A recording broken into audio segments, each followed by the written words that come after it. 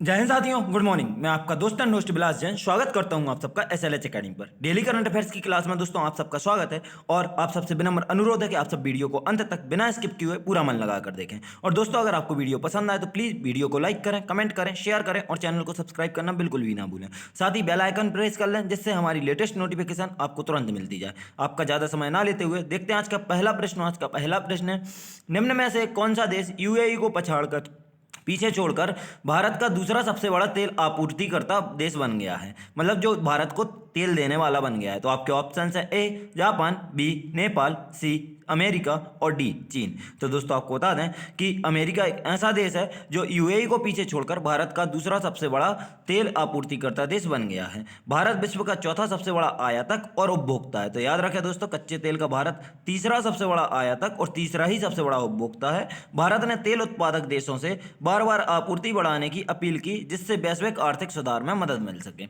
दोस्तों, अब नजर डालेंगे हम अमेरिका की तरफ। तो जैसे हम देख सकते हैं, अमेरिका उत्तर अमेरिका महाद्वीप में स्थित एक देश है जिसके आधा हिस्सा कनाडा और मैक्सिको के बीच और कुछ हिस्सा अलास्का कनाडा के पश्चिमी एरिया में देखने को मिल सकता है।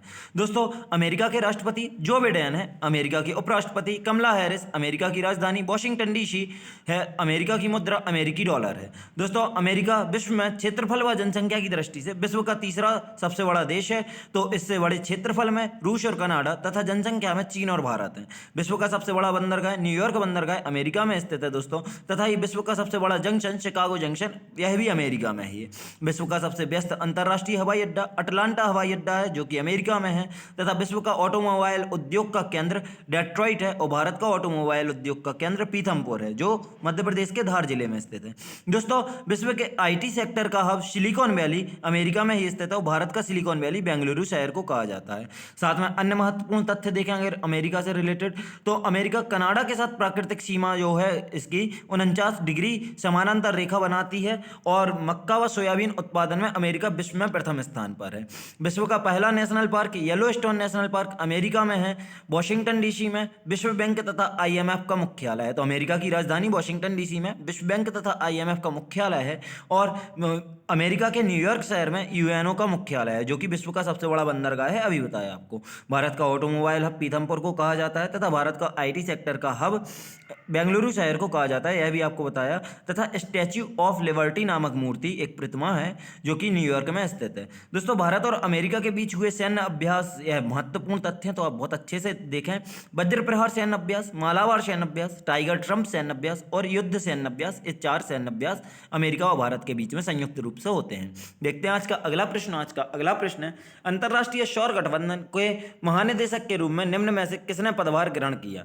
आपके ऑप्शन है: ए राहुल सचदेवा, बी अजय माथुर, सी मोहन अग्रवाल और डी शंकर दास। तो दोस्तों, आपको बता दूं कि अंतर्राष्ट्रीय सौर गठबंधन के महानिदेशक के रूप में अजय माथुर ने पदभार ग्रहण किया है। जलवायु परिवर्तन पर प्रधानमंत्री की परिषद के सदस्य माथुर टेरी और बिजली मंत्रालय के अधीन आने वाले ऊर्जा दक्षता ब्यूरो के महानिदेशक रह चुके हैं। उनकी नियुक्ति 4 साल के लिए की गई है जिसे अगले कार्यकाल के लिए बढ़ाया जा सकता है। तो 2021 में इनकी नियुक्ति हुई है, 2025 तक तो फिक्स है, उसके आगे इनको बढ़ाया जा सकता है। दोस्तों, अब हम नज़र डालेंगे आईएसए मतलब इंटरनेशनल सोलर अलायंस, या कह सकते हैं हम इसे अंतर्राष्ट्रीय सौर गठबंधन। तो इसकी स्थापना या शुभारंभ 30 नवंबर 2015 को फ्रांस में हुई थी तथा इसके वर्तमान में 121 सदस्य देश हैं। इसका मुख्यालय भारत के गुरुग्राम में है और इसके संस्थापक देखें तो भारत के वर्तमान प्रधानमंत्री नरेंद्र मोदी तथा फ्रांकोइस होलांदे इसके संस्थापक थे। देखते हैं आज का अगला प्रश्न। आज का अगला प्रश्न है, निम्न में से किस राज्य में काला नमक चावल महोत्सव आयोजित किया जाएगा? आपके ऑप्शंस हैं: ए बिहार, बी पंजाब, सी उत्तर प्रदेश और डी दिल्ली।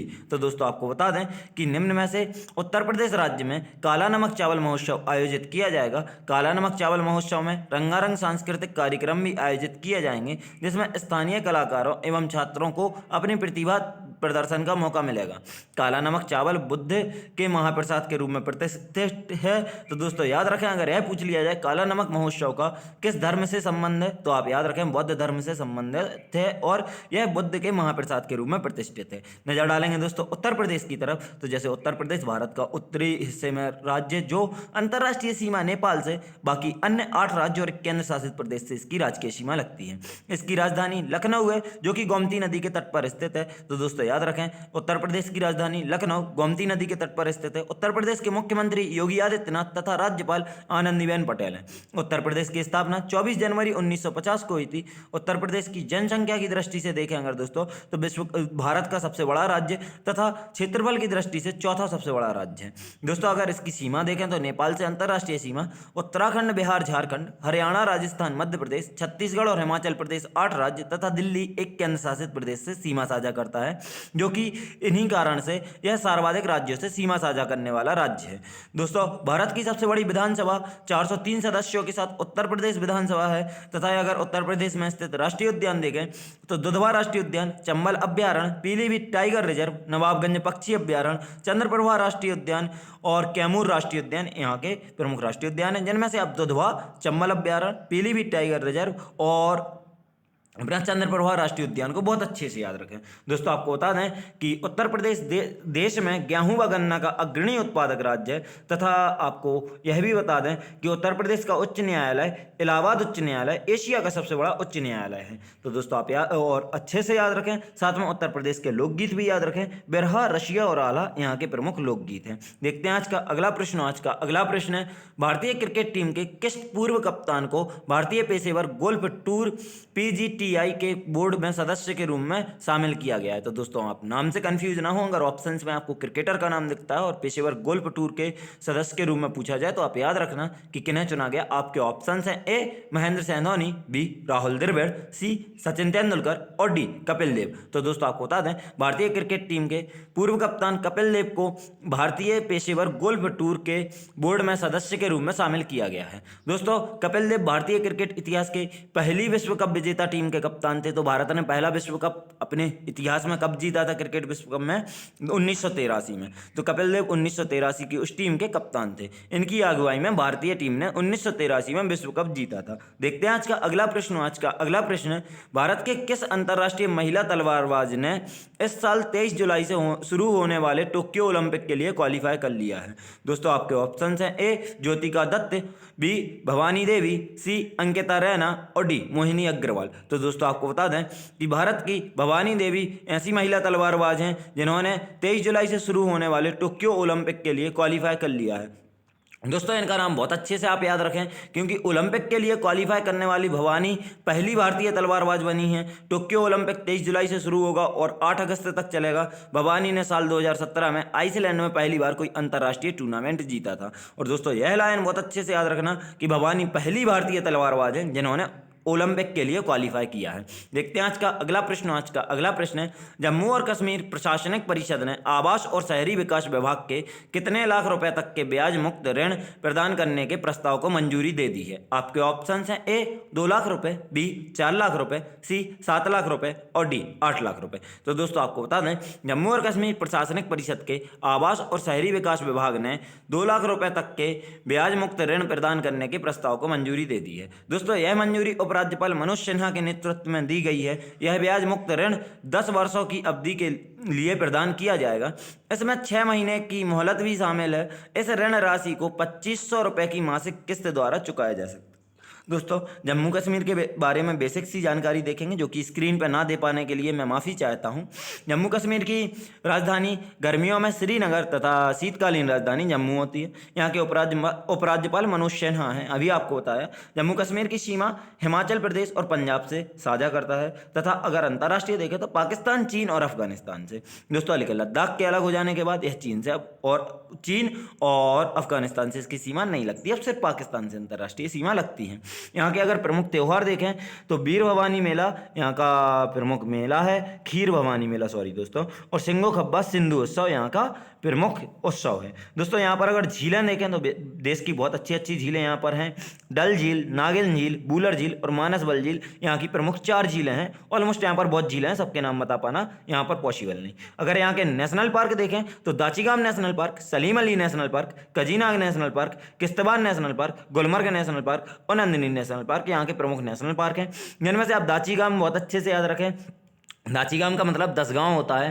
तथा सलीम अली नेशनल पार्क और सलीम अली बर्ड सेंचुरी में आप बिल्कुल कंफ्यूज ना हो, क्योंकि सलीम अली बर्ड सेंचुरी या पक्षी अभ्यारण्य गोवा में स्थित है और सलीम अली नेशनल पार्क जम्मू कश्मीर में स्थित है। दोस्तों पर्वत देखें अगर यहाँ पर तो केटू या गॉडबेन ऑस्टिन भारत की सबसे ऊंची चोटी 8611 मीटर जम्मू कश्मीर में ही स्थित है, जिसे काराकोरम श्रेणी में है तथा भारत की पहली और विश्व की दूसरी सबसे ऊंची चोटी है।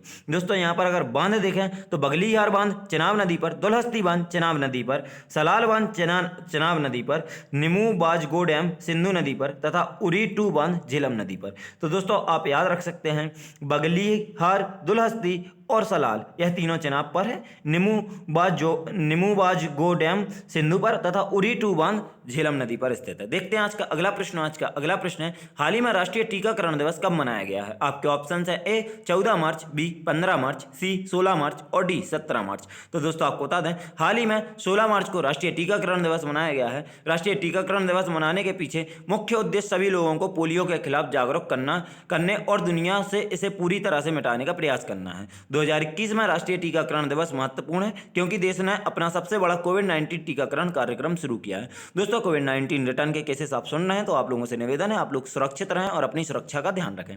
यह दिन पहली बार वर्ष 1995 में मनाया गया था। 1995 में भारत ने पल्स पोलियो कार्यक्रम शुरू किया और ओरल पोलियो वैक्सीन की पहली खुराक दी गई। दोस्तों देखते हैं आज का अगला प्रश्न। उसके पहले आपको अच्छे से बता दूं कि याद रखें राष्ट्रीय टीकाकरण दिवस की शुरुआत कब हुई? 1995 में हुई थी। और दोस्तों राष्ट्रीय टीकाकरण दिवस मनाने के पीछे उद्देश्य क्या है? यह मेनली पोलियो के खिलाफ ही जागरूकता था। उस समय पर पोलियो के खिलाफ ही यह मुहिम थी। देखते हैं आज का अगला प्रश्न। आज का अगला प्रश्न भारतीय राष्ट्रीय भुगतान निगम national payment corporation of India NPCI ने भीम यूपीआई पर किस नाम से नया एप्लीकेशन लॉन्च किया है? आपके ऑप्शन है A UPI help, B UPI secure, C UPI budget और डी यूपीआई फैमिली। तो दोस्तों आपको बता दें भारतीय राष्ट्रीय भुगतान निगम ने भीम यूपीआई पर यूपीआई हेल्प नाम से नया एप्लीकेशन लॉन्च किया है। दोस्तों यह एप्लीकेशन भीम एप्लीकेशन के उपयोगकर्ताओं के लिए शिकायत निवारण तंत्र के रूप में कार्य करेगा। प्रारंभ में यूपीआई हेल्प को भारतीय state bank, axis bank, HDFC bank और आईसीआईसीआई बैंक के ग्राहकों के लिए भीम ऐप पर लाइव किया गया है। दोस्तों अगर एनपीसीआई मतलब national payment corporation of India की तरफ नजर डालें तो इसके वर्तमान एमडी और सीईओ दिलीप अस्पे तथा इसका मुख्यालय मुंबई में स्थित है। और दोस्तों एनपीसीआई की स्थापना 2008 में की गई थी। देखते हैं आज का अगला प्रश्न। आज का अगला प्रश्न है हाल ही में किस देश के वैज्ञानिकों ने पहली बार पानी के अंदर टेलीस्कोप लगाया है? आपके ऑप्शन है ए जापान, बी रूस, सी चीन और डी भारत। तो दोस्तों आपको बता दें हाल ही में रूस के वैज्ञानिकों ने पहली बार पानी के अंदर टेलीस्कोप लगाया है। रूस के वैज्ञानिकों ने हाल ही में इनर स्पेस यानी धरती के अंदर और आउटर स्पेस यानी अंतरिक्ष दोनों पर नजर रखने वाला पहली बार पानी के अंदर टेलीस्कोप लगाया है। यह टेलीस्कोप उन कणों की खोज करेगा जिनकी वजह से धरती का निर्माण हुआ था तथा दुनिया के सबसे छोटे कण अगर आपको बता दें वर्तमान में अभी तक के ज्ञात तो दुनिया के सबसे छोटे कण न्यूट्रॉन्स होते हैं। दोस्तों रूस के बारे में भी आपको बेसिक सी जानकारी बता दूं तो रूस की राजधानी मॉस्को है जो कि मोस्कवा नदी के तट पर स्थित है तथा मॉस्को को 5 महासागरों का पत्तन कहा जाता है। दोस्तों रूस विश्व का सबसे बड़ा देश है। क्षेत्रफल की दृष्टिकोण से सबसे बड़ा देश रूस है। यह 2 महाद्वीप यूरोप तथा एशिया में फैला हुआ है तथा यह विश्व का सबसे बड़ा हीरा उत्पादक देश है रूस। देखते हैं आज का आखिरी प्रश्न। आज का आखिरी प्रश्न है हाल ही में वेस्ट इंडीज के किस पूर्व क्रिकेटर को एसजेए ब्रिटिश स्पोर्ट्स जर्नलिज्म अवार्ड 2020 से बेस्ट पंडित के अवार्ड से सम्मानित किया गया है? आपके ऑप्शन है A Brian Lara, B Michael Holding, C Chris Gayle और डी एजरा मूसली। तो दोस्तों आप सबसे अब मैं एक बार फिर से कहूंगा कि अगर यहां तक आपको वीडियो पसंद आई है तो प्लीज वीडियो को लाइक कर देना और शेयर कर देना, क्योंकि मैंने आपका 1 सेकंड भी टाइम नहीं लिया है और अब भी नहीं लूंगा। आपको बता दूं कि हाल ही में वेस्ट इंडीज के पूर्व क्रिकेटर माइकल होल्डिंग को एसजेए ब्रिटिश स्पोर्ट्स जर्नलिज्म अवार्ड 2020 में बेस्ट पंडित के अवार्ड से सम्मानित किया गया है। दोस्तों माइकल होल्डिंग को ब्लैक लाइव्स मैटर मूवमेंट को सपोर्ट करने के लिए यह अवार्ड दिया गया है। दोस्तों नस्लभेद के खिलाफ एक मूवमेंट चला है, ब्लैक लाइव्स मैटर मूवमेंट, मतलब काले लोग भी मायने रखते हैं, इसका मतलब यही होता है, उसको सपोर्ट किया है इन्होंने, इसलिए इनको यह अवार्ड दिया गया है। उन्होंने पिछले वर्ष वेस्ट इंडीज सीरीज के इंग्लैंड वेस्ट इंडीज सीरीज के दौरान नस्लभेद को लेकर एक शानदार संदेश दिया था। दोस्तों हमारी वीडियो यहीं समाप्त होती है। अगर आप सबको वीडियो पसंद आई हो तो प्लीज़ वीडियो को लाइक करें, कमेंट करें, शेयर करें और चैनल को सब्सक्राइब करना बिल्कुल भी ना भूलें। दोस्तों अगर आप हम सबसे हमारे सोशल मीडिया प्लेटफॉर्म्स पर जुड़ना चाहते हैं तो आप हमें हमारे डिस्क्रिप्शन बॉक्स से लिंक द्वारा फॉलो कर सकते हैं फेसबुक, इंस्टाग्राम, टेलीग्राम पर। तथा अगर आप इस क्लास की PDF चाहते हैं तो आप हमारे टेलीग्राम चैनल SLH अकेडमी को ज्वाइन कर सकते हैं। दोस्तों, वीडियो को अंत तक देखने के लिए आपका धन्यवाद। लाइक, शेयर, सब्सक्राइब का ध्यान रखें। आपका दिन मंगलमय हो। जय हिंद,